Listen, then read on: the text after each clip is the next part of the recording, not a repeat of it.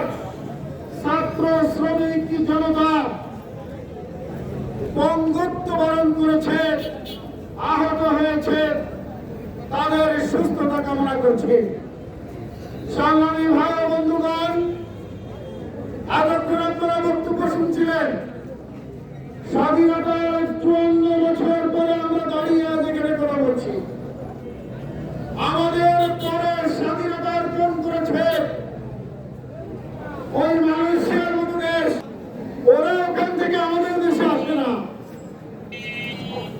তাদের রাষ্ট্রীয় ব্যবস্থাপনা যারা পরিচালনা করছিল তারা সৎ, যোগ্য, দক্ষ হওয়ার কারণে, দুর্নীতি না থাকার কারণে, মানুষের মৌলিক অধিকারগুলোকে ফিরিয়ে দেওয়ার কারণে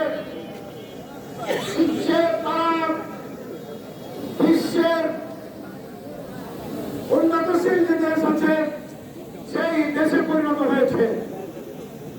আর আমরা খেয়াল করে দেখেছি, স্বাধীনতার কয়েক বছর পরেই এখানে ঘোষণা দিয়েছিলেন শেখ মুজিব সাহেব, সবাই পেয়েছে সোনার